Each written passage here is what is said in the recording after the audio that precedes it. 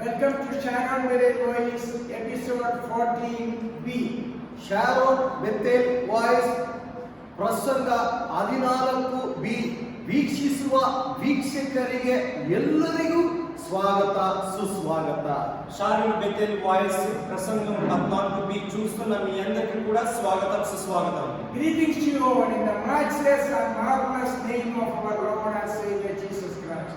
ನಮ್ಮ ಯಜಮಾನನಾದ ಯೇಸು ಕ್ರಿಸ್ತನ ಸಾಟಿ ಇಲ್ಲದ ಮತ್ತು ಅದ್ಭುತವಾದ ನಾಮದಲ್ಲಿ ನಿಮ್ಮ ಎಲ್ಲರಿಗೂ ಶುಭಾಶಯಗಳು. సాటి లేని అద్భుతకరమైన యేసుక్రీస్తు నామములో మీ అందరికీ కూడా స్వాగతం సుస్వాగతం. Topic of our today's message is signs of Jesus' second coming. ಇಂದು ನಿಮ್ಮ ಬಳಿಯಲ್ಲಿ ರವಾನಿಸಲಿಕ್ಕಿರುವ ಸಂದೇಶದ ಶಿರೋನಾಮ ಯೇಸುವಿನ ಎರಡನೆಯ ಬರುವಿಕೆಯ ಗುರುತುಗಳು. ఈ రోజు మీతో పంచుకోబోతున్న దేవుని యొక్క వాక్యము సారాంశం ఏమిటంటే రెండవ రాకడ సమయంలో దేవుడు వచ్చే ముందు కలిగే సూచనలు. The topic is based on Matthew chapter 24 from verses 3 to 8. ಈ ವಿಷಯದ ಆಧಾರವಾಗಿ ನಿಮ್ಮ ಬಳಿಯಲ್ಲಿ ಹಂಚಿಕೊಳ್ಳಲಿಕ್ಕಿರುವ ವಾಕ್ಯವು ಮತ್ತಾಯ ಬರೆದ ಸುವಾರ್ತೆ 24ನೇ ಅಧ್ಯಾಯ 3 ಮತ್ತು 8ರವರೆಗೂ. ఈ ముఖ్యమైన సారాంశం యొక్క వాక్యమును మీతో పంచుకోబోతున్న ఆ అధ్యాయం ఏంటంటే మత్తయి రాసిన సువార్త 24వ అధ్యాయము 3 నుంచి 8 వచనములు. Jesus was sitting on the Mount of Olives with his disciples. ಬಳಿಕ ಆತನು ಎಣ್ಣೆಯ ಮರಗಳ ಗುಡ್ಡದ ಮೇಲೆ ಕೂತಿದ್ದಾಗ ಶಿಷ್ಯರು ಆತನ ಬಳಿಗೆ ಬಂದರು. 3వ వచనంలో ఆయన ఒలివ కొండ మీద కూర్చున్నప్పుడు శిష్యులు ఆయన ఎదుటకు ఏకాంతముగా వచ్చిరి. One of the questions disciples asked Jesus was, what will be the sign of his second coming? ದೇವಜನರೇ, ಶಿಷ್ಯರು ಯೇಸುವಿನ ಬಳಿಯಲ್ಲಿ ಒಂದು ಪ್ರಶ್ನೆಯನ್ನು ಹಾಕಿದರು. ಆ ಪ್ರಶ್ನೆ, ಮೊದಲನೇ ಪ್ರಶ್ನೆ ಏನಂತಂದ್ರೆ, ಪ್ರತ್ಯಕ್ಷ ಆಗುವಾಗ ಗುರುತುಗಳು ಏನೆಲ್ಲ ಇರಬಹುದು ಎಂಬುದು. ఇక్కడ శిష్యులు యేసు ప్రభువుని ఒక ప్రశ్న వేస్తూ ఉన్నారు. ఆ ప్రశ్న ఏంటంటే, ప్రభువా నీవు మరలా వచ్చే రెండో రాకడ సమయంలో జరగబోయే సంగతులు ఏమిటి, ఆ గుర్తులు ఏమిటి మాకు తెలియచేయమని యేసు ప్రభువుని శిష్యులు అడుగుతున్నారు. There are two phases of Jesus' second coming. ಎರಡನೇ ಬರುವಿಕೆಯಲ್ಲಿ ಎರಡು ಹಂತಗಳು ಉಂಟು. యేసు యొక్క రెండో రాకడ సమయంలో రెండు భాగాలుగా సూచనలు జరుగుతాయి. In the first phase, Jesus would come in the air to receive his saints, both living and dead. ಮೊದಲನೇ ಹಂತದಲ್ಲಿ ಯೇಸು ಜೀವಿತವಾಗಿರುವವರನ್ನು ಸತ್ತವರನ್ನು ಸ್ವೀಕಾರ ಮಾಡಲಿಕ್ಕೆ ಬರುತ್ತಾನೆ. సో అందులో మొదటి యొక్క సూచన ఏమిటంటే యేసు ప్రభువు మధ్యాకాశంలో నిలబడి చనిపోయిన వారిని బతుకున్న వారిని ఇద్దరిని కూడా లేవనెత్తుతారు. It is described in 1 Thessalonians chapter 4 verses 13 to 17. ಪ್ರಿಯರೇ, 1 ಥೆಸಲೋನಿಕದವರಿಗೆ ಬರುವ ಪತ್ರಿಕೆ 1ನೇ ಅಧ್ಯಾಯ 4ನೇ ವಾಕ್ಯದಲ್ಲಿ 4ನೇ ವಾಕ್ಯದ 13ರಿಂದ 17ರವರೆಗೂ ಈ ಮಾತುಗಳನ್ನು ವಿಸ್ತರಿಸಲಿದೆ. ಅದನ್ನು ಅವರು ಈ ಮಾತುಗಳಾಗಿ ಹೇಳಿದ್ದಾರೆ. సో మొదటి సూచనగా మనం చదువుకోబోతున్న వాక్యం ఏంటంటే మొదటి దశలోనికి రాసిన పత్రిక 4వ అధ్యాయం 13 నుంచి 17 వచనాలు మనం చూస్తున్నాం. It would be a secret coming as it is unknown to unbelievers. ಪ್ರಿಯರೇ, ಯೇಸು ರಹಸ್ಯವಾಗಿ ಪ್ರತ್ಯಕ್ಷ ಆಗುವುದು ಅದು ಮಾತ್ರವಲ್ಲ, ಯೇಸು ಯಾರೆಂಬುದು ಅರಿಯದೇ ಇರುವ ಜನರಿಗೆ ಇದು ಗೊತ್ತಾಗುವುದಿಲ್ಲ. సో ఈ సంఘటన యేసు ప్రభువారు రహస్యముగా చేసే సంఘటన ఇది ఎవరైతే యేసు ప్రభువారిని నమ్ముతారో, ఎవరైతే యేసు ప్రభువారిని ఆరాధించారో వారికి ఇది తెలియని సంగతి కూడా. It is also called as rapture. ಅದರ ಯೇಸು ರಹಸ್ಯವಾಗಿ ಪ್ರತ್ಯಕ್ಷ ಆಗುವ ಹೆಸರು ಆಂಗ್ಲ ಭಾಷೆಯಲ್ಲಿ ರಾಪ್ಚರ್ ಅನ್ನುತ್ತಾರೆ, ಕನ್ನಡ ಭಾಷೆಯಲ್ಲಿ ರಹಸ್ಯ రహస్యವಾಗಿ ప్రత్యక్ష ఆಗುವುದು. సో ఈ సంఘటనను బైబిల్ ప్రకారము దేవుడు రహస్యంగా వచ్చుట అని మనం పిలుస్తుంటాము. ఇంగ్లీష్ లో ర్యాప్చర్ అని పిలుస్తాము. It would be known to the people living in this world when they find multitude of people missing. ಅದು ಹೇಗೆ ಜನರಿಗೆ ಗೊತ್ತಾಗುತ್ತದೆ ಎಂಬುದಾಗಿ ನಾವು ಹೇಳಲಿಕ್ಕೆ ಹೋಗುವಾಗ, ಎಲ್ಲ ಜನರು ಇಲ್ಲಿರುತ್ತಾರೆ, ರಹಸ್ಯವಾಗಿ ಪ್ರತ್ಯಕ್ಷ ಆಗುವ ಯೇಸುವ ಬಳಿಯಲ್ಲಿ ದೇವರಿಗಾಗಿ ಕಾದಿರುವವರು ದೇವರ ಬಳಿಯಲ್ಲಿ ಹೋಗುತ್ತಾರೆ. ನಂತರ ಇಲ್ಲಿರುವ ಜನರು ದೇವರ ಬಳಿಯಲ್ಲಿ ಹೋಗಿರುವ ಜನರಿಗಾಗಿ ಹುಡುಕಾಟ ಮಾಡುತ್ತಾರೆ. ಆಗ ಗೊತ್ತಾಗುವುದು. సో ఈ సంఘటన ఏ విధంగా జరుగుతుంది, ఏ విధంగా తెలుస్తుంది అంటే, ఇక్కడ ఎవరైతే దేవుని నమ్ముకున్నారో వారి భూమి మీద ఉంటారు. ఎవరైతే దేవుని నమ్ముకున్నారో వాళ్ళందరూ కూడా దేవుని చేత లేవనెత్తబడతారు. అప్పుడు ఈ భూమి మీద ఉన్న ప్రజలందరూ కూడా వెతుకుతున్నారు, ఎక్కడ ఈ దేవుని బిడ్డలు ఎక్కడ అని వెతుకుతున్నారు. అప్పుడు ఈ సూచన జరుగుతుంది. That is the first phase of the second coming. ಇದುವೇ ಎರಡನೆಯ ಬರುವಿಕೆಯ ಮೊದಲನೇ ಹಂತ. సో ఈ విధంగా జరిగే సూచన ఏంటంటే యేసు ప్రభువు యొక్క రెండవ రాకడలో మొదటి జరిగే సూచన. After the second phase of his second coming starts when Jesus comes again to the earth with the saints. ದೇವಜನರೇ, ಎರಡನೇ ಬರುವಿಕೆಯ ಎರಡನೇ ಹಂತವನ್ನು ನಾವು ನೋಡುವಾಗ ಅದರ ರೂಪ ಹೇಗೆ ಇರುತ್ತದೆ ಎಂದು ನಾವು ವರ್ಣಿಸುವಾಗ ಹೀಗಿರುತ್ತದೆ. ಎಲ್ಲ ಪರಿಶುದ್ಧರನ್ನು ದೇವರೊಂದಿಗೆ ಭೂಲೋಕಕ್ಕೆ ಕರೆದುಕೊಂಬರುವ ಸಮಯ. సో రెండవ రాకడ రెండవ సూచన ఏ విధంగా ఉంటుందంటే, యేసు ప్రభువు ఆయన వచ్చే సమయంలో పరిశుద్ధులందరూ కూడా ఆయనతో పాటు లేవనెత్తబడము, ఆయనందరూ కూడా ఆయనతో పాటు వెళ్ళడం అనేది కూడా మనం చూస్తుంటాం. It would be after a period of 7 years tribulation on this earth. 7 ವರ್ಷದ ತೊಂದರೆಗಳ ಕಾಲ ಮುಗಿದಿದ ನಂತರ ಈ ಘಟನೆ ನಡೆಯುವುದು. సో ఈ రెండవ సూచన ఎప్పుడు జరుగుతుందంటే, 7 సంవత్సరాలు భూమి మీద శ్రమలు అనుభవించి వారి కష్టాలు దేవుని యొక్క వచ్చే సూచనల ప్రకారం అనుభవించిన తర్వాత ఆ 7 సంవత్సరాల తర్వాత లేవనెత్తబడిన వారి యొక్క సూచన తెలియజేస్తుంది. Jesus will reign on the earth for 1000 years with his raptured saints. ಈ ರಹಸ್ಯ ಪ್ರತ್ಯಕ್ಷೆಯಲ್ಲಿ ದೇವರೊಂದಿಗೆ ಹೋಗಿರುವ ಎಲ್ಲ ಜನಗಳು 1000 ವರ್ಷಗಳ ಕಾಲ ದೇವರೊಂದಿಗೆ ಈ ಭೂಲೋಕದಲ್ಲಿ ಪರಿಶುದ್ಧರು ದೇವರೊಂದಿಗೆ ಆಳ್ವಿಕೆ ಮಾಡುತ್ತಾರೆ.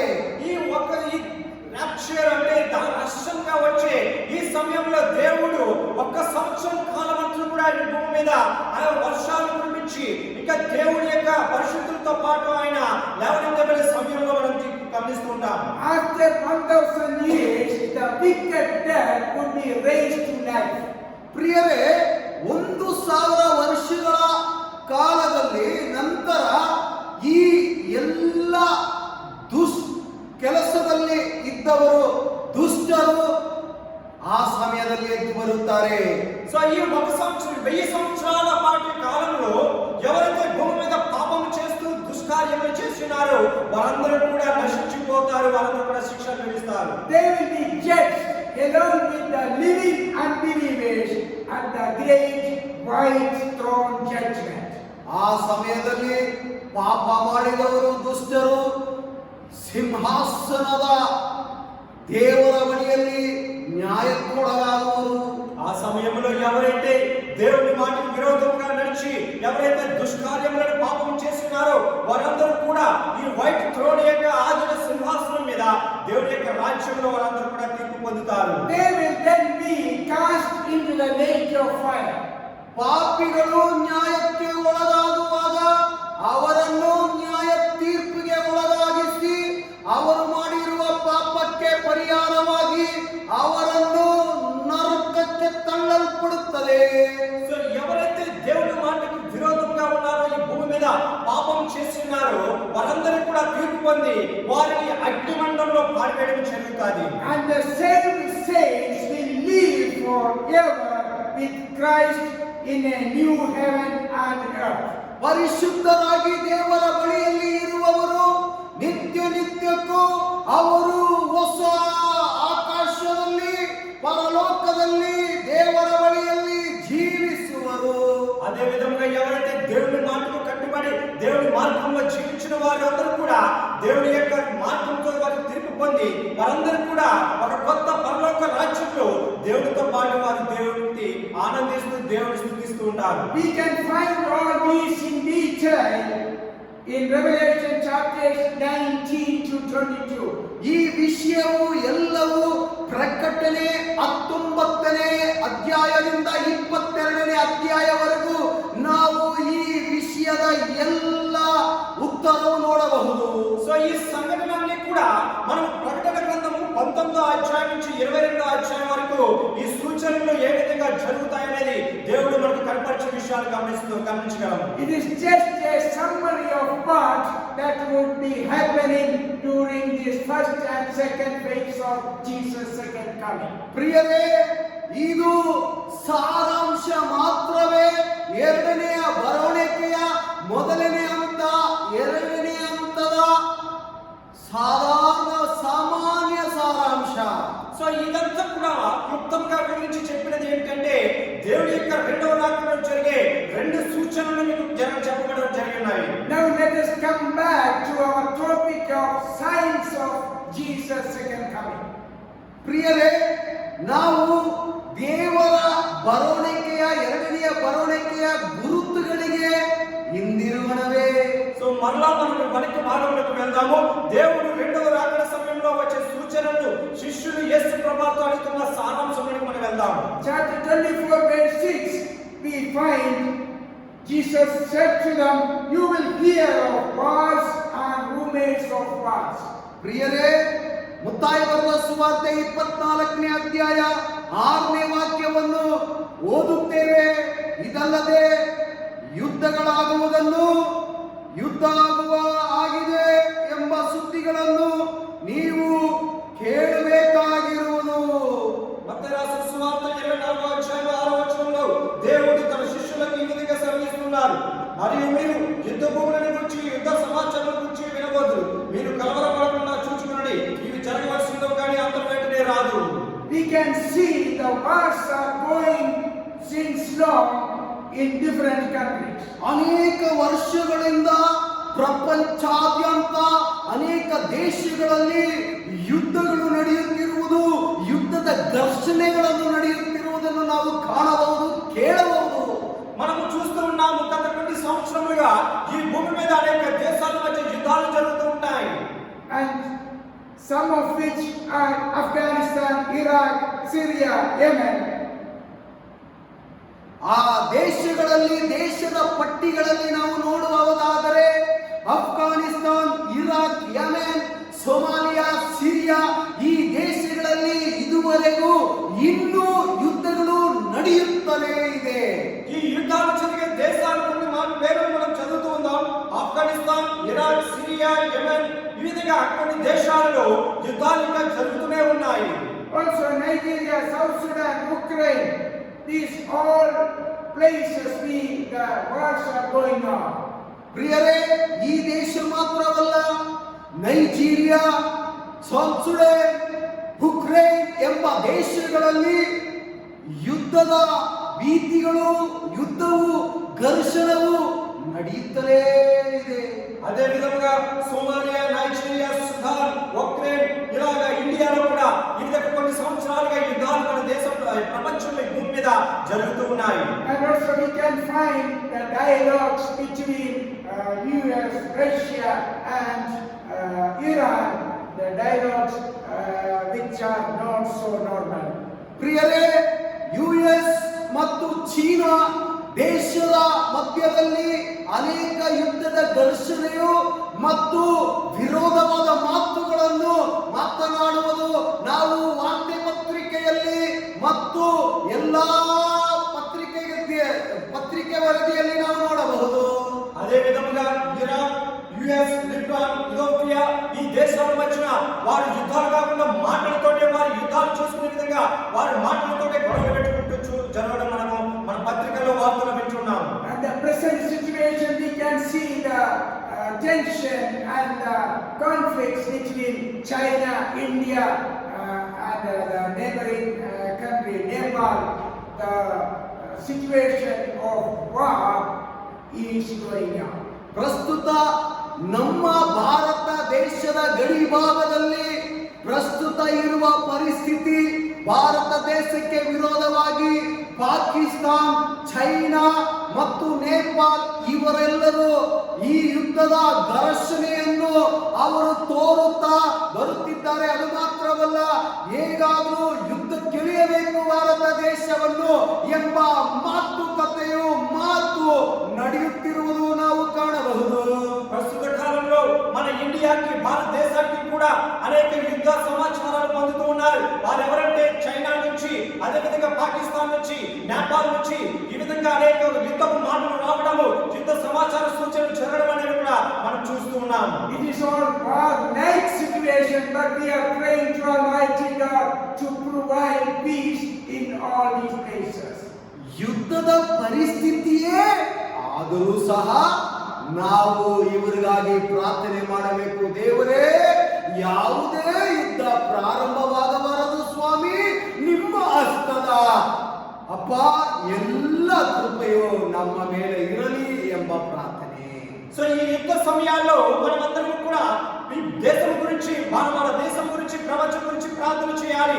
ప్రభువా, ఎటువంటి యుద్ధం జరగకుండా శాంతి సమాధానంతో, నెమ్మదితో ఇక్కడ నడిపించు ప్రభువా, ఈ దేశానికి శాంతి సమాధానం దయచేయమని మనం అందరం కూడా వారి గురించి ప్రార్థన చేయాలి. So what does these reveal to us? That the signs of second coming of the Lord Jesus is at hand.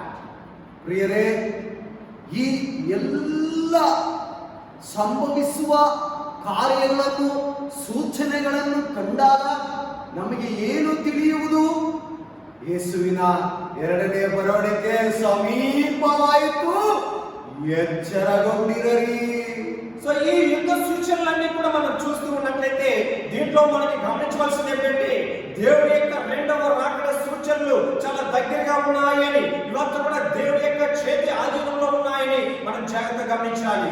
And chapter 24:7 it continues, there will be famines and earthquakes in various places. ಪ್ರಿಯರೇ, ಮತ್ತಾಯ ಬರೆದ ಸುವಾರ್ತೆ 24ನೇ ಅಧ್ಯಾಯ 7ನೇ ವಾಕ್ಯದಲ್ಲಿ ಜನಕ್ಕೆ ವಿರೋಧವಾಗಿ ಜನವು, ರಾಜ್ಯಕ್ಕೆ ವಿರೋಧವಾಗಿ ರಾಜ್ಯವು ಏಳುವವು.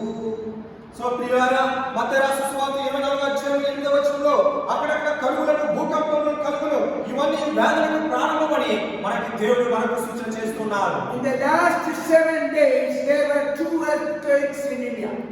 ಪ್ರಿಯರೇ, ಕಳೆದ 7 ದಿನಗಳಲ್ಲಿ 2 ಭೂಕಂಪವು ಸಂಭವಿಸಿದೆ ಭಾರತ ದೇಶದಲ್ಲಿ.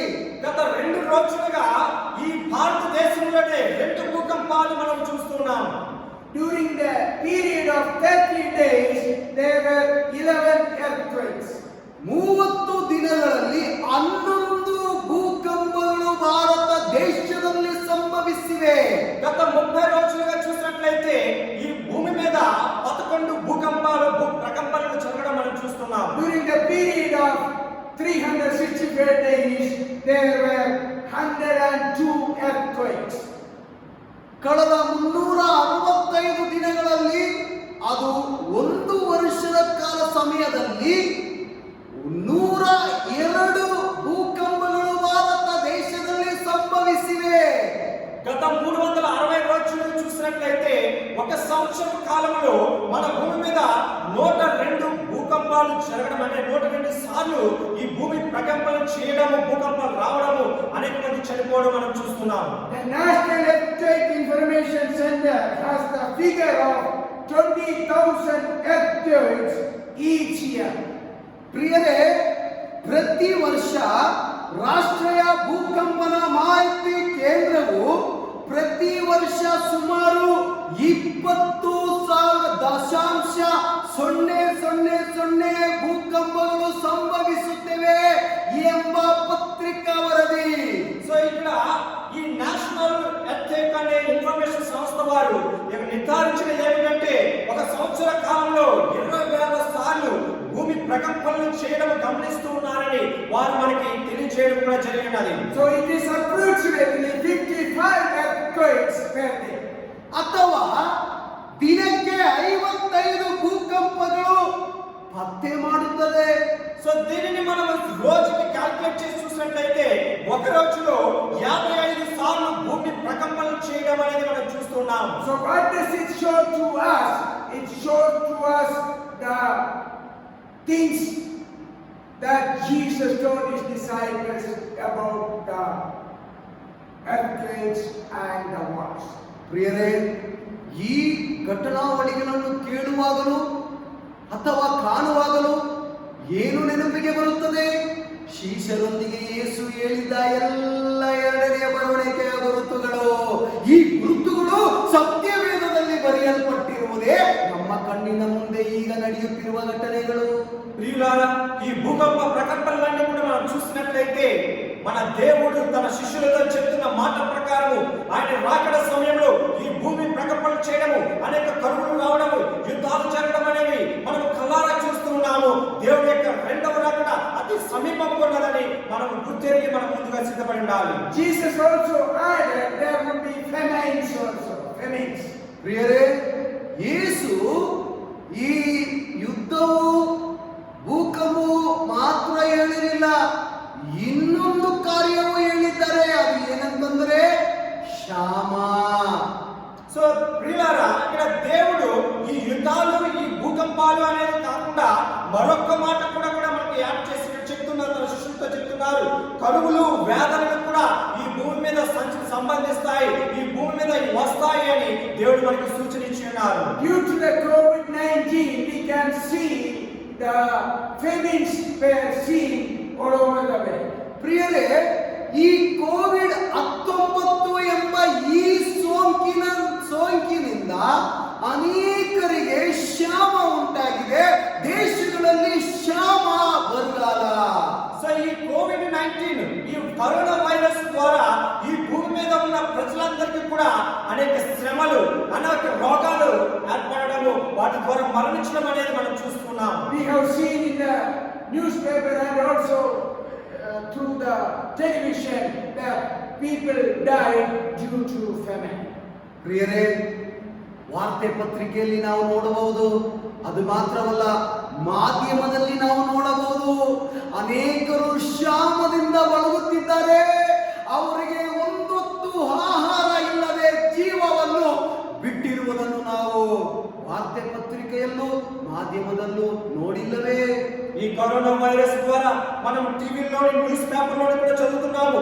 ఎవరికి కూడా చాలా మంది ప్రజలకు తిండి లేక, వారికి అనేక కరువులు, ఇబ్బందులు కనపడి వారి ఆహారం లేక చనిపోతూ ఉన్నాము. వారి యొక్క ఆకలి దప్పులతో వారు మరణించడం అనేది మనం చూస్తున్నాము. India is currently reeling under the waste plague of crop damaging locusts. ಪ್ರಿಯರೇ, ಭಾರತ ದೇಶವು ಈ ರೀತಿಯಾದ ನಾಶಕರವಾದ ದೇಶವಾಗಿ ಮಾರ್ಪಡುತ್ತಿದೆ. ಯಾಕಂತಂದ್ರೆ ಮಿಡಿತಗಳ ನಿಮಿತ್ತವಾಗಿ ಮಿಡಿತಗಳು ತುಂಬಿ ಎಲ್ಲವನ್ನು ನಾಶ ಮಾಡುತ್ತಿದೆ. ఈ కరోనా వైరస్ తర్వాత మన భారతదేశంలో అధికంగా శోధించబడుతున్న మరొక వ్యాధి కరోనా. ఈ వ్యాధి ఏంటంటే, ఈ ఇబ్బందులు ఏంటంటే మిడతల దండు. ఈ మిడతల దండు ద్వారా దేశంలో అనేక పంటలు నష్టమవుతూ చాలా మంది ఇబ్బంది పడుతున్నారు. We do see it at this time in Rajasthan, Gujarat, Punjab and Madhya Pradesh. ಅನೇಕ ಜಾಗಗಳಲ್ಲಿ ಅದನ್ನು ಕಾಣಲಿಕ್ಕೆ ಸಾಧ್ಯವಾಗುವುದಿಲ್ಲ. ಆದರೆ ಭಾರತ ದೇಶದಲ್ಲಿ ಪಂಜಾಬ್, ರಾಜಸ್ಥಾನ್ ಅನೇಕ ಈ ರೀತಿಯಾದ ಪ್ರದೇಶಗಳಲ್ಲಿ ಈ ಮಿಡಿತಗಳ ದಾಳಿಗಳು ನಡೆಯುತ್ತಿರುವುದನ್ನು ನಾವು ಕಾಣಬಹುದು.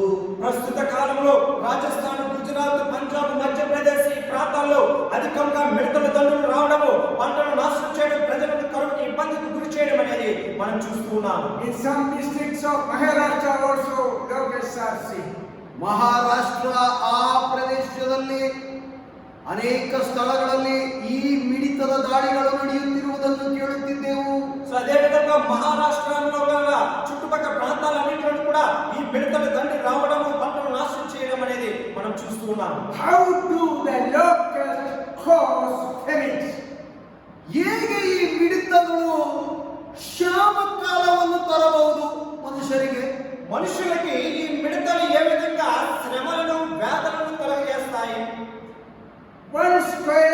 kilometer locust contains about 40 million locusts. ಪ್ರಿಯರೇ, 1 ಚದರ ಕಿಲೋಮೀಟರ್ ಸಮೂಹವು ಸುಮಾರು 40 ಲಕ್ಷ ಮಿಡತೆಗಳನ್ನು ಹೊಂದಿದ್ದು, సో 1 స్క్వేర్ కిలోమీటర్ ఉన్న ఈ మిడతల దండలో అందులో ఎన్ని మిడతలు ఉంటాయంటే 40 మిలియన్ల మిడతలు అందులో ఉండి ఒకే స్క్వేర్ కిలోమీటర్ దూరంలో ఈ 40,000 మిడతలు ఉండి ప్రయాణం చేస్తూ ఉన్నట్టు. They can eat as much food as 35,000 people, assuming that each individual consumes 2.3 kg of food per day. ಪ್ರಿಯರೇ, ಗಮನಿಸಿ, ಆ ಮಿಡಿತಗಳು ಅವು 35,000 ಜನರು ಹಸಿವಷ್ಟು ಆಹಾರವನ್ನು ಸೇವಿಸಬಹುದು. ಅದು ಮಾತ್ರವಲ್ಲ, ಒಂದೊಂದು ಮಿಡಿತಗಳು 2 ಕಿಲೋ 300 ಗ್ರಾಂ ಆಹಾರವನ್ನು ತಿನ್ನಲು ಸಾಮರ್ಥ್ಯ ಹೊಂದಿರುವ ಮಿಡಿತಗಳು. సో ఈ 40,000 మిలియన్ల మిడతల గుంపు 35,000 ప్రజల యొక్క ఆహారంలో తినగలవు ఒకే సమయంలో. అదే విధంగా ఒక రోజులో ఈ మిడత తినే ఆహారం ఏంటంటే 2.3 kgs. ఆ యొక్క మనిషి తినే ఆహారంలో తినే అంత శక్తి కలిగిన ఈ మిడతలు ఈ దేశం మీద పడి మనం నాశనం చేస్తున్నాయి. We can see plague of locusts in Joel chapter 1. ಯೋವೇಲ್ ಪ್ರವಾದನೆಯ ಗ್ರಂಥದಲ್ಲಿ ನಾವು ನೋಡಬಹುದು, ಮಿಡಿತಗಳಿಂದ ಹಾನಿಯಾಗುವುದನ್ನು ನಾವು ನೋಡಬಹುದು. మన బైబిల్లో ఈ మిడతలు వచ్చి దేశాన్ని నాశనం చేసే ఈ సూచనలు మనము యోవేలు గ్రంథము 1వ అధ్యాయంలో మనము చదువుతూ ఉంటాం. Prophet Joel called upon the people and requested them to lament and to look to God. ಪ್ರಿಯರೇ, ಯೋವೇಲ್ ಪ್ರವಾದಿಯು ಈ ರೀತಿಯಾದ ಒಂದು ಬೇಡಿಕೆಯನ್ನು ಇಟ್ಟುಕೊಳ್ಳುತ್ತಿದ್ದಾರೆ ವೃದ್ಧರೊಂದಿಗೆ. ನೀವು ಕಣ್ಣೀರನ್ನು ಇಡಬೇಕು ಈ ಶ್ಯಾಮಗಳ ಮಿಡಿತಗಳ ದಾಳಿಯಿಂದ ಎಂಬುದು. సో దేవుని ప్రవక్త అయిన యోవేలు తన ప్రజలకు ఈ విధంగా 1వ గ్రంథంలో చెప్తున్నారు, మీరు కన్నీటిని విడిచి దేవునికి ప్రార్థన చేయాలి. కరువు కాలం వస్తున్నది, అనేక శ్రమలు వస్తున్నాయి, మీరు మీదకి అనేక ఇబ్బందులు రాబోతున్నాయి కనుక మీరు కన్నీరు విడిచి దేవుని మొక్కండి, దేవునికి ప్రార్థన చేయండి అని ప్రవక్త అయిన యోవేలు చెప్తున్నారు. Chapter 1 verse 2, Joel says one important thing which is so relevant at this time. ಪ್ರಿಯರೇ, ಯೋವೇಲಿನ ಪ್ರವಾದನೆಯ ಗ್ರಂಥ 1ನೇ ಅಧ್ಯಾಯ 2ನೇ ವಾಕ್ಯದಲ್ಲಿ ಮುಖ್ಯವಾದ ಮಾತು, ಆ ಕಾಲದಲ್ಲಿ ಯೋವೇಲ್ ಪ್ರವಾದಿಯು ಈ ಪ್ರಸ್ತುತ ನಡೆಯುತ್ತಿರುವ ಈ ಪರಿಸ್ಥಿತಿಯಲ್ಲಿ ನಮ್ಮ ಬಳಿ ಒಂದು ಸಂದೇಶವಾಗಿ ಆ ಕಾಲದಲ್ಲಿ ರವಾನಿಸಲಿದೆ. ప్రస్తుత ఈ భయంకరమైన దినాల్లో మనం ఉన్నప్పుడు మనకి యోవేలు ప్రవక్త ఇస్తున్న ఒక గొప్ప సందేశం ఏంటంటే, యోవేలు గ్రంథము 1వ అధ్యాయం 2వ వచనంలో ఆయన మనకు ఒక మంచి మాటలు చెప్తున్నారు. ఆ మాట ప్రకారం మనం జీవించి మనం చేయాలి. What does he ask? Has such a thing happened in your days or in the days of your fathers? ಪ್ರಿಯರೇ, ಆ ಯೋವೇಲ್ ಪ್ರವಾದಿಯು ಹೇಳಿರುವ ಮಾತನ್ನು ನಾವು 2ನೇ ವಾಕ್ಯದಲ್ಲಿ ಓದುತ್ತೇವೆ. ಗಮನ ಇಟ್ಟು ಕೇಳಿ. ವೃದ್ಧರೇ ಕೇಳಿರಿ, ದೇಶ ನಿವಾಸಿಗಳೇ ನೀವೆಲ್ಲರೂ ಕಿವಿಗೊಡಿರಿ. ಇಂಥ ಬಾಧೆಯು ನಿಮ್ಮ ಕಾಲದಲ್ಲಿ ಆಗಲಿ, ನಿಮ್ಮ ತಂದೆಯ ಕಾಲದಲ್ಲಿ ಆಗಲಿ ಸಂಭವಿಸಿತ್ತೋ? ఈ విధంగా యోవేలు ప్రవక్త మనకు సూచన ఈ భయంకరమైన కాలంలో ఈ విధంగా మనం ప్రశ్నించి మనం ఏం చేయాలనేది చెప్తున్నారు. 2వ వచనంలో, పెద్దలారా ఆలకించుడి, దేశపు కాపరస్తులారా మీరందరూ చెవియొగ్గి వినుడి. ఇలాంటి సంగతి మీ దినములలో కానీ మీ పితరుల దినములలో కానీ జరిగినదా? This is a question we need to look into in relation to the present crisis that we do face. ಆ ದಿನದಲ್ಲಿ ರವಾನಿಸಿರುವ ಸಂದೇಶ ಈ ದಿನದಲ್ಲಿ ಪ್ರಸ್ತುತ ಈ ಪರಿಸ್ಥಿತಿಯಲ್ಲಿ ನಮಗೆ ಪ್ರಶ್ನೆಯಾಗಿ ಕಾಡುತ್ತಿದೆ. ఒక్కసారి మనం పరిశోధించుకుందాం. ఈ విధంగా మన మన పూర్వీకులు కానీ ఈ విధంగా జరిగి ఉన్నదా, ఎందుకు ఈ విధంగా జరుగుతున్నాయని ఒక్కసారి మనం పరిశోధించుకుని దేవుని యొక్క రాకడను మనం గుర్తు చేసుకుందాం. For example, COVID-19, it has not happened in our days or in our fathers' days. ಪ್ರಿಯರೇ, ಉದಾಹರಣೆಯಾಗಿ ಈ ಕೋವಿಡ್-19 ಎಂಬ ಈ ಸೋಂಕು ನಮ್ಮ ತಂದೆಯ ಕಾಲದಲ್ಲೂ ನಡೆಯಲಿಲ್ಲ, ನಮ್ಮ ಮುತ್ತಾತನ ಕಾಲದಲ್ಲೂ ಬರಲಿಲ್ಲ. ಯೋಚಿಸಿ. సో ఈ ఉదాహరణకి ఈ కోవిడ్-19 అనే భయంకరమైన వైరస్ రావడము మన తల్లిదండ్రుల కాలంలో కానీ మన తాతల కాలంలో కానీ రావడము జరిగినదా అని ఒక్కసారి మనం పరిశోధించుకుందాం. What did the locusts do? Because the locusts had eaten all their crops. ಪ್ರಿಯರೇ, ಮಿಡಿತಗಳು ಏನೆಲ್ಲ ಮಾಡುತ್ತದೆ? ಅವರ ಬೆಳೆಗಳನ್ನು ನಾಶ ಮಾಡುತ್ತದೆ. ರೈತರು ಬೆಳೆದಿರುವ ಬೆಳೆಗಳನ್ನು ನಾಶ ಮಾಡುತ್ತದೆ. ఇక్కడ ఈ మిడతలు ఏం చేస్తాయి, ఏ విధంగా హాని చేస్తాయంటే రైతులు తినడానికి పండించిన ఆహారాన్ని అవి ఒక్క రోజులోనే మొత్తం నాశనం చేసి వాటిని తినేసి నాశనం చేస్తాయి. If the Almighty God had used the locusts to remind the people living at that time, the same God gives us the reminder to look at the locusts which are now destroying the crops in the states of India. ಪ್ರಿಯರೇ, ಪುರಾತನ ಕಾಲದಲ್ಲಿ ಈ ಮಿಡಿತಗಳನ್ನು ಬಿಟ್ಟು ದೇವರು ಹೇಗೆ ದೇವರ ಮಕ್ಕಳನ್ನು ರಕ್ಷಿಸಲು ಉಪಯೋಗಿಸಿದರೋ ಅದೇ ರೀತಿಯಾಗಿ ನಾವು ಮಾಡಿರುವ ಪಾಪಗಳಿಂದ ಹೊರಬರಲು ಮಿಡಿತಗಳು ಒಂದು ವೇಳೆ ಒಂದು ಗುರುತಾಗಿರಬಹುದು. ನೀವು ಯೋಚಿಸಿ, ಪ್ರಾರ್ಥಿಸಿ.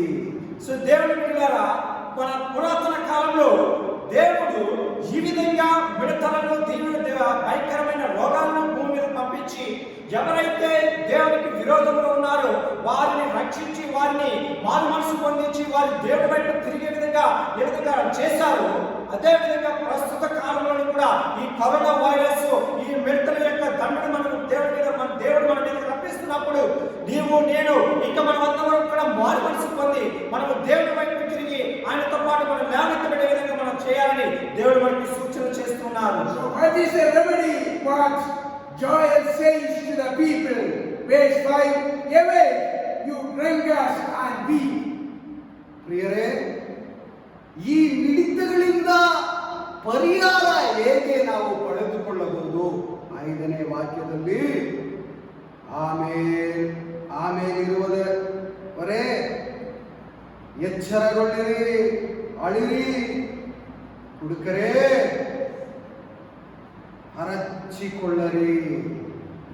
ఈ మిడతల ద్వారా, ఈ కరోనా వైరస్ ద్వారా దేవుడు మనకి ఇస్తున్న సూచన ఏంటి? మనం చేయవలసిన పని ఏంటంటే మన ప్రవక్త అయిన యోవేలు గారు చెప్తున్న మాట ఏంటంటే 1:5 మత్తులారా మేల్కొని కన్నీరు విడి, ద్రాక్షారసం పానము చేయవాళ్ళారా రోదన చేయండి, కొత్త ద్రాక్షారసం మీ నోటి రాకుండా నాశనం ఆయనను. ఇక్కడైనా సరే మీరు మేల్కొని దేవుడికి ప్రార్థన చేయడని ఆయన మనకి సమాధానం ఇస్తున్నారు. So this is the time for us to wake up.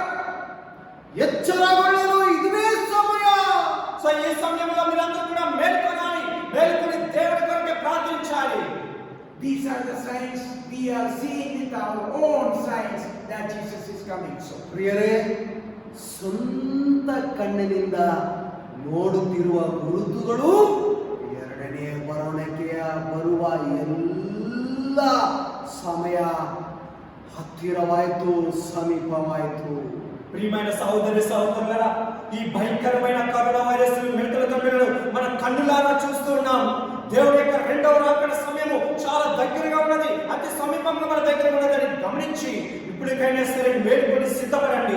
దేవుడి రాకడ కొరకే మనం ఎదురు చూద్దాం. Jesus said about the 10 virgins who were supposed to wait for the bridegroom. ಪ್ರಿಯರೇ, ಮದಲಿಂಗನಿಗಾಗಿ ಕಾಯುತ್ತಿರುವ 10 ಕನ್ಯರ ಬಗ್ಗೆ ಯೇಸು ಹೇಳುವುದನ್ನು ನಾವು ನೋಡಬಹುದು, ಸಂಗತಿಯಾಗಿ ಹೇಳುವುದನ್ನು ನೋಡಬಹುದು. ప్రియమైన సహోదరి సహోదరులారా, దేవుడి కొరకే సిద్ధపడి ఉండడం అనేది మనకి దేవుడు ఒక 10 కన్యకలను పెళ్లి కుమార్తెల కొరకై ఎదురు చూసే సమయమును మనకి దేవుడు ఉదాహరణగా చెప్పి ఉన్నారు. We can find the story in Matthew chapter 25 verses 1 to 4. ಆ ವಿಷಯವು ಮಧುಲಿಂಗನಿಗಾಗಿ ಕಾಯುತ್ತಿರುವ ಕನ್ಯರ ವಿಷಯವು ಮತ್ತಾಯ ಬರೆದ ಸುವಾರ್ತೆ 25ನೇ ಅಧ್ಯಾಯ 1-4 ನಾವು ನೋಡಬಹುದು. సో దేవుడి రాజ్యం కొరకై ఎదురు చూసే కన్యకల యొక్క ఉదాహరణను ఆ వారి యొక్క మన స్టోరీని మనము వారి యొక్క కథను మనము 25వ మత్తయి రాసిన సువార్త 25వ అధ్యాయము 1వ వచనం నుంచి 4వ వచనాలు మనం చూసి చదువుతాం. So only 5 out of 10 could go with the bread. ಪ್ರಿಯರೇ, ಮಧು ಲಿಂಗನನ್ನು ಎದುರುಗೊಳ್ಳುವುದಕ್ಕಾಗಿ 10 ಕನ್ಯರಲ್ಲಿ 5 ಕನ್ಯರು ಮಾತ್ರವೇ ಸಿದ್ಧರಾಗಿದ್ದರು. పెళ్లి కుమారుని ఎదుర్కొనుటకు 10 మంది కన్యకలు వచ్చినప్పుడు కూడా అందులో 5 మాత్రమే సిద్ధపడి ఉన్నారు కనుక వారు మాత్రమే ఆ పెళ్లి కుమార్తెతో పాటు వెళ్ళడం అనేది మనం చదువుతున్నాం. What was the reason? ಅದರ ಕಾರಣ ಏನಪ್ಪ? సో ఎందుకు ఈ 5 మంది మాత్రమే వెళ్ళడం, దానికి కారణం ఏంటి? All the 10 virgins had the lamps. 10 ಕನ್ಯರ ಕೈಯಲ್ಲಿ ಅವರ ಬಳಿಯಲ್ಲಿ ಆರತಿಗಳು ಇದ್ದವು. ఇక్కడ 10 మంది కన్యకల చేతుల్లో దివిటీలు ఉన్నాయి. But only the 5 of them had enough oil in their lamp. ಆ 10 ಕನ್ಯರ ಆರತಿಗಳಲ್ಲಿ 5 ಕನ್ಯರ ಕೈಯಲ್ಲಿದ್ದ ಆರತಿಗಳಲ್ಲಿ ಎಣ್ಣೆ ಇದ್ದವು. అక్కడ 10 మంది కన్యకల్లో 5 కన్యకల యొక్క దీపాల్లో మాత్రమే వారికి సరిపోయినంత వారికి ఆ నూనె మాత్రమే వారికి ఉన్నది. Jesus called them as wise virgins. ಆ 5 ಕನ್ಯರು ಎಣ್ಣೆಯನ್ನು ತೆಗೆದುಕೊಂಡು ಬಂದ 5 ಕನ್ಯರಿಗೆ ಯೇಸು ಹೇಳುತ್ತಿದ್ದಾರೆ, ಬುದ್ಧಿವಂತಿಯರು ಎಂಬುದು. ఇక్కడ ఎవరైతే సరిపోయినంత నూనెను వారు తెచ్చుకుని సిద్ధపడి ఉన్నారో ఆ 5 కన్యకలను దేవుడు ఏమని పిలుస్తున్నారంటే బుద్ధి కలిగిన కన్యకలారా అని పిలుస్తూ ఉన్నారు. But what happened to the remaining virgins? They had no oil in their lamps. ಈ 5 ಕನ್ಯರು ಬುದ್ಧಿವಂತರಾಗಿದ್ದರೆ ಮಿಗಿಲಿರುವ 5 ಕನ್ಯರು ಯಾರಾಗಿರುತ್ತಾರೆ? ಬುದ್ಧಿ ಇಲ್ಲದವರು. మిగిలిన 5 మంది కన్యకల యొక్క పరిస్థితి ఏమిటంటే వారి బుద్ధిల్లో వారి దీపాల్లో నూనె అయిపోయింది కనుక వారి బుద్ధి లేని కన్యకలను దేవుడు పిలుస్తున్నారు. If we do not have the oil in our lamp, Jesus still calls us foolish. ಪ್ರಿಯರೇ, ನಮ್ಮ ದೀಪಗಳಲ್ಲಿ ನಮ್ಮ ಆರತಿಗಳಲ್ಲಿ ಎಣ್ಣೆ ಇಲ್ಲದೆ ಹೋದರೆ ಯೇಸು ನಮ್ಮನ್ನು ಸಹ ಕರೆಯುವ ಮಾತೋ ಇಲ್ಲ, ಕರೆಯುವ ಹೆಸರು ಏನಂತ ಗೊತ್ತಾ? బుద్ధి ఇల్లదవరే. మన జీవితాల్లో కూడా మన హృదయంలో కూడా దేవుడి యొక్క ఆత్మ కానీ దేవుడి యొక్క ప్రేమ భక్తి కానీ లేనట్లయితే దేవుడు మనల్ని కూడా ఏమని పిలుస్తారంటే బుద్ధి లేని వారు అని పిలుస్తాడు. మనల్ని Here in this world, the bread of God is our lamp. ಈ ಭೂಲೋಕದಲ್ಲಿ ನಾವು ಬದುಕುವ ತನಕ ದೇವರ ವಾಕ್ಯವೇ ನಮ್ಮ ಜೀವದ ಆಧಾರವು, ಬೆಳಕು, ಆರತಿಗಳು. సో ఈ భూమి మీద మనం జీవించినంత కాలం కూడా దేవుడి యొక్క వాక్యము దేవుడి యొక్క మాటే మనకు వెలుగై ఉన్నది. So which the word of God guides us where to go, what to do, what not to do, where not to go. ಪ್ರಿಯರೇ, ಆದುದರಿಂದ ದೇವರ ವಾಕ್ಯವಾಗಿರುವ ಈ ಬೆಳಕು ನಮ್ಮನ್ನು ಎಚ್ಚರಗೊಳಿಸುವುದು ಮಾತ್ರವಲ್ಲ, ನಾವು ಎಲ್ಲಿ ನಡೆಯಬೇಕು, ಯಾವುದು ಕತ್ತಲು ಯಾವುದು ಬೆಳಕೆಂಬುದು తోరిసుదే దేవర వాక్య. ఎప్పుడైతే మనము దేవుని వాక్యంలో జీవిస్తామో, ఆయన మాట ప్రకారం మనం జీవిస్తామో, ఆయన మనకు వెలుగై ఉండి ఆయన యొక్క వెలుగును మనకు చూపించి నువ్వు ఏ మార్గంలో వెళ్ళాలి, ఏ చీకటి మార్గంలో నువ్వు వెళ్ళిపోకూడదు, వెలుగులో ఏ విధంగా నువ్వు నడవాలి, ఈ సరైన మార్గాన్ని దేవుడు మనకు చూపిస్తాడు. So let us examine ourselves, and if we find the oil is not sufficient, it is the time for us to get enough oil. ಪ್ರಿಯರೇ, ನಮ್ಮನ್ನೇ ಪರೀಕ್ಷಿಸಿ ನೋಡುವಂತ ಸಮಯ. ನಿಮ್ಮ ದೀಪಗಳೋ ನಮ್ಮ ಆರತಿಗಳೋ ಎಣ್ಣೆ ಇಲ್ಲದೆ ಆರಿ ಹೋಗುವಂತಾಗಿದ್ದರೆ ದಯವಿಟ್ಟು ದೇವರ ಸಮ್ಮುಖದಲ್ಲಿ ಬಂದು ದೀಪಗಳಲ್ಲಿ ಎಣ್ಣೆಯನ್ನು ತುಂಬಿಸಿಕೊಳ್ಳಿ. ప్రియమైన సహోదరి సహోదరులారా, ఇదే మనకి సరైన సమయము. ఒకవేళ నీ జీవితంలో కానీ నా జీవితంలో కానీ మనకి సరిపడినంత ఆ నూనె లేకపోయినట్లయితే, భక్తి లేకపోయినట్లయితే, అది ఇప్పుడే మనం దేవుడి దగ్గర నుంచి పెంపొందించుకుని ఆయన రాకడ వచ్చినంత వరకు కూడా ఆ నూనె కలిగిన భక్తితో మనం జీవిద్దాం. దేవుడు ఖచ్చితంగా మనందరినీ లేవనెత్తుతారు. One more sign Jesus told his disciples about the sign of his coming. That is Matthew 24 verse 14. ಈ ಗುರುತುನೆಲ್ಲ ಹೇಳಿ ಮತ್ತೊಂದು ಗುರುತು ಶಿಷ್ಯರ ಬಳಿಯಲ್ಲಿ ಯೇಸು ಹೇಳುತ್ತಿದ್ದಾರೆ. ಆ ಗುರುತು ಯಾವುದೆಂಬುದು ನಾವು ನೋಡಬೇಕಾಗಿದ್ದರೆ ಮತ್ತಾಯ ಬರೆದ ಸುವಾರ್ತೆ 24ನೇ ಅಧ್ಯಾಯ 14ನೇ ವಾಕ್ಯದಲ್ಲಿ ಬರೆಯಲ್ಪಟ್ಟಿದೆ. సో యేసు ప్రభువారు తన శిష్యులతో ఈ గుర్తులన్నీ కూడా చెప్పిన తర్వాత మరొక గుర్తుని మనకి చెప్పినారు. అది మత్తయి రాసిన సువార్త 24వ అధ్యాయము 14వ వచనంలో మరొక గుర్తుని మనకి తెలియజేస్తున్నారు. There we read, and this gospel of the kingdom shall be preached in all the world for a witness unto all nations, and then shall the end come. ಆ ಇನ್ನೊಂದು ಗುರುತು ಏನೆಂಬುದು ನಾವು ನೋಡೋಣ. ಓದುತ್ತೇವೆ, ಗಮನಿಸಿ.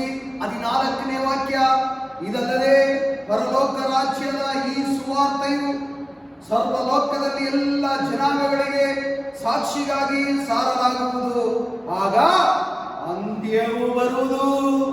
ఆ సూచన ఏమిటంటే 14వ వచనంలో, మరియు ఈ రాజ్య సువార్త సకల జనములకు సాక్షాత్మై లోకమంతటను ప్రకటింపబడును, అటు తర్వాత అంతము వచ్చును.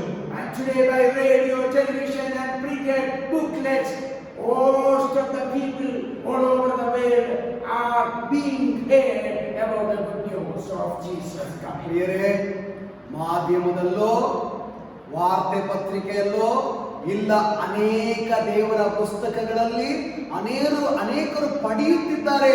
ಯಾಕಂತಂದ್ರೆ ದೇವರ ಸುವಾರ್ತೆಯನ್ನು ಹಂಚುತ್ತಿದ್ದಾರೆ, ಸಾರುತ್ತಿದ್ದಾರೆ, ದೇವರ ಸುವಾರ್ತೆಯನ್ನು ಕೇಳುತ್ತಿದ್ದಾರೆ. అనేక పుస్తకాలను, పత్రికలను, టీవీల్లోను, ఇక సోషల్ మీడియాలోను కూడా దేవుని యొక్క మంచి సువార్త మాటను ఈ ప్రపంచమంతా కూడా ప్రకటిస్తూ ఉన్నది. ఇది దేవుని యొక్క సూచన, రాకడ సూచనను మనకి తెలియజేస్తూ ఉన్నది. So it is so clear that is the message given by Matthew, Mark, Luke in their gospels about the signs of Jesus coming. ಪ್ರಿಯರೇ, ಸ್ಪಷ್ಟವಾಗಿ ದೇವರ ವಾಕ್ಯ ಹೇಳುತ್ತದೆ. ಮತ್ತಾಯ ಬರೆದ ಸುವಾರ್ತೆ, ಮಾರ್ಕ್ ಬರೆದ ಸುವಾರ್ತೆ, ಲೋಕ ಬರೆದ ಸುವಾರ್ತೆ, ಎಲ್ಲ ಸುವಾರ್ತೆಗಳಲ್ಲಿ ಯೇಸುವಿನ ಎರಡನೇ ಬರುವಿಕೆ ಹೇಗಿರುತ್ತದೆ ಆ ಗುರುತುಗಳು ಸೂಚಿಸುತ್ತದೆ, ಸ್ಪಷ್ಟವಾಗಿ ನಮಗೆ ತಿಳಿಯಲ್ಪಡುತ್ತದೆ. ಈ ಸಮಯದಲ್ಲಿ ಪ್ರಸ್ತುತ ಪರಿಸ್ಥಿತಿಯಲ್ಲಿ ದೇವರ ಬರುವಿಕೆಯಲ್ಲಿ ಏನಿರುವ ಮಾತುಗಳು, ಘಟನೆಗಳು ನಡೆಯುತ್ತಿರುವುದು మనకి స్పష్టంగా తెలియజేయబడుతున్నది. ప్రస్తుత కాలంలో జరుగుతున్న ఈ భయంకరమైన సూచనలన్నీ కూడా లోక రాసిన సువార్త, మత్తయి రాసిన సువార్త, ఈ మార్కు సువార్తలో రాయబడిన విధంగా దేవుని యొక్క రెండవ రాకడ సూచనలు ఏ విధంగా ఉంటాయో అవన్నీ కూడా ప్రస్తుత కాలంలో మన కళ్ళతో స్వతంత్రంగా మన కళ్ళ ముందే జరుగుతున్నాయి. మనమందరం కూడా రెండవ రాకడ సమీపం దగ్గర ఉన్నదని జ్ఞాపకం చేసుకోవాలి. So what all signs Jesus told his disciples about his second coming, that we have seen, and every day we see one way or the other exactly what Jesus told about his coming. ಪ್ರಿಯರೇ, ಶಿಷ್ಯರ ಬಳಿಯಲ್ಲಿ ಯೇಸು ಎರಡನೇ ಬರುವಿಕೆಯ ಗುರುತುಗಳು ಹೇಗೆ ಹಂಚಿಕೊಂಡರೋ ಅದೇ ಗುರುತುಗಳನ್ನು ನಮ್ಮ ಕಣ್ಣಾರೆ ಈ ಸಮಯಗಳಲ್ಲಿ, ಈ ಪ್ರಸ್ತುತ ಈ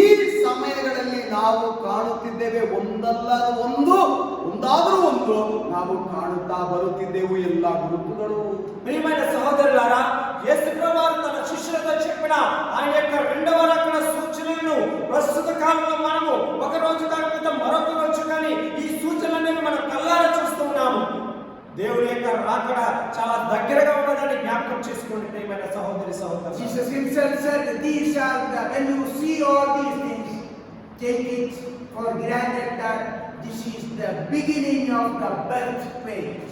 ಪ್ರಿಯರೇ, ಯೇಸು ಸ್ವತಃ ಯೇಸುವಿನ ಬಾಯಿನಿಂದ ಈ ಮಾತನ್ನು ಹೇಳಿದರು. ಸಂಭವಿಸುವ ಎಲ್ಲ ಘಟನೆಗಳನ್ನು ನೀವು ಕಂಡಿದ್ದಾಗ ನಿಮಗೆ ಅರ್ಥವಾಗುವುದು ನೂತನ ಕಾಲವು ಹುಟ್ಟುವ ಪ್ರಸವ ವೇದನೆಯಾಗಿರುವುದು ಎಂಬುದು. సో సో ఈ దేవుడు చెప్పిన ఈ మాటలన్నీ కూడా, ఈ సూచనలన్నీ కూడా మనం కళ్ళారా చూస్తున్నాం కనుక దేవుడు చెప్తున్నా ఏంటంటే, తండ్రి తల్లి ఏ విధంగా కుమారుని ప్రసవ వేదన పడతాడో ఆ విధంగా భూమి మీద శ్రమలు వస్తాయి. దాని ప్రకారము మీరందరూ కూడా ఈ సూచనలు చూసి ఆయన రాకడ సమీపంగా ఉన్నదని జ్ఞాపకం చేసుకోవాలని దేవుడు చెప్తున్నారు. Once the birth pains starts, it won't take much time for the delivery. ಪ್ರಿಯರೇ, ಪ್ರಸವ ವೇದನೆ ಪ್ರಾರಂಭ ಆಗುವಾಗ ಹೆರಿಗೆಯಾಗುವುದು ತಡೆಯಾಗುವುದಿಲ್ಲ, ಬೇಗನೆ ಹೆರಿಗೆಯಾಗುವುದು.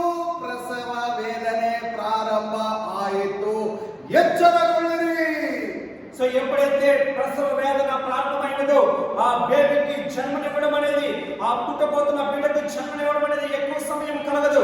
వెంటనే కొద్ది క్షణాల్లోనే ఆ బేబీ జన్మించడం జరుగుతుంది. అదే విధంగా ఈ సూచనలు అనేవి కూడా దేవుడి యొక్క రాకడకు దగ్గరగా ఉన్నాయని, అది ఎక్కువ సమయం పట్టదు. ఖచ్చితంగా దేవుడు తొందరగా మన దగ్గర రాబోతున్నాడని గమనించండి. So all the signs of Jesus' second comings are being fulfilled.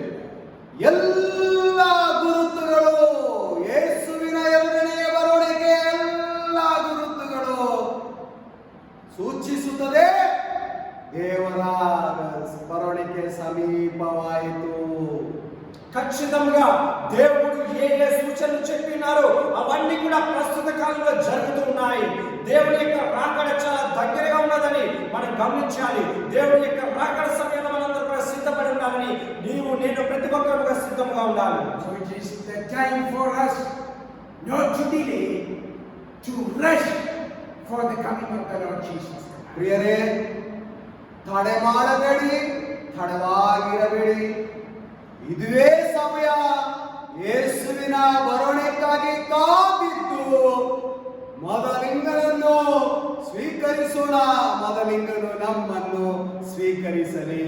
ప్రియమైన సహోదరి సహోదరులారా, ఇంకా సమయం ఉన్నది, ఇంకా కొంచెం సేపు ఉందాము అనేసి అనుకునే వారు ఇప్పుడే మేల్కొనండి. ఇప్పుడే దేవుడి కొరకే సిద్ధపడి ఉందాము. ఆయన రాకడ చాలా దగ్గరగా ఉన్నది. సూచనలన్నీ కూడా జరుగుతున్నాయి కనుక మనందరం కూడా సిద్ధపడి మనకి కావాల్సిన ఆ భక్తిని, ఆ నూనెను పెంపొందించుకుని ఆయన రాకడ సమయానికి మనం సిద్ధపడి ఉందాం. Almighty God gave His only begotten Son, so that people may live in Him. They will have everlasting life. They will not be perished. ಸರ್ವಶಕ್ತನಾದ ದೇವರು ಏಕೈಕ ಪುತ್ರನನ್ನು ನಮ್ಮ ರಕ್ಷಣೆಗಾಗಿ ನೀಡಿದರು. ಯಾಕಂತಂದ್ರೆ ಅವರ ಮಕ್ಕಳಾಗಿ ನಮ್ಮನ್ನು ಮಾರ್ಪಡಿಸಲು, ಅವರೊಂದಿಗೆ ಪರಲೋಕದಲ್ಲಿ ನಮ್ಮನ್ನು ಸ್ವೀಕಾರ ಮಾಡಿಕೊಳ್ಳಲು. సర్వశక్తి కలిగిన దేవుడు తన ప్రియమైన కుమారుని మన కొరకై త్యాగం చేశారు. ఎందుకంటే ఆయన బిడ్డలముగా మనం ఉండాలి. మన బిడ్డలమైన మనము ఒక్కరు కూడా నశించకుండా ఆయనతో పాటు మనమందరం కూడా పరలోక రాజ్యంలోకి చేరాలని ఆయన ఉద్దేశాన్ని, ఆయన ఆశలు మనం నెరవేర్చాలి కనుక మనమందరం కూడా సిద్ధపడి ఉందాం. Jesus is coming to take not the foolish ones, but the wise ones walking along the path of God. ಅತಿ ಶೀಘ್ರದಲ್ಲಿ ಯೇಸುವಿನ ಬರುವಿಕೆ ಉಂಟು. ಬುದ್ಧಿ ಇಲ್ಲದವರನ್ನು ಸ್ವೀಕಾರ ಮಾಡಲಿಕ್ಕಲ್ಲ, బుద్ధివంతరನ್ನು ಸ್ವೀಕರಿಸಲು. యేసు ప్రభువు అతి తొందరగా మన మధ్యకు రాబోతున్నారు. ఎందుకంటే ఆయన బుద్ధి లేని వారిని ఆయనతో పాటు తీసుకువెళ్ళడానికి కాదు, ఎవరైతే బుద్ధి కలిగి ఆయన కొరకై ఎదురు చూసి సిద్ధంగా ఉంటారో వారిని మాత్రమే ఆయనతో పాటు పరలోక రాజ్యంలోకి తీసుకువెళ్ళడానికి ఆయన తొందరగా రాబోతున్నారు. So let us be ready 24 hours a day for the coming of the Lord Jesus. 24 ಗಂಟೆಗಳ ಕಾಲ ಸಿದ್ಧರಾಗಿರೋಣ. ದೇವರ ಬರುವಿಕೆಯಲ್ಲಿ ಮೊದಲಿಂಗನನ್ನು ಸ್ವೀಕರಿಸೋಣ. ಮೊದಲಿಂಗನು ನಮ್ಮನ್ನು ಸ್ವೀಕರಿಸಲಿ. రోజుకి 24 గంటలు కూడా మనం సిద్ధపడి ఉందాము. ఆయన రాకడ సమయంలో మనమందరం కూడా ఆయనతో పాటు వెళ్ళడానికి మనందరం కూడా సిద్ధపడి ఉందాము. Jesus is coming soon. అతి శీఘ్రದಲ್ಲಿ ಯೇಸು ಕ್ರಿಸ್ತನು ಬರಲಿಕ್ಕಿದ್ದಾನೆ. అతి తొందరలో యేసు ప్రభువు మన మధ్యకు రాబోతున్నారు.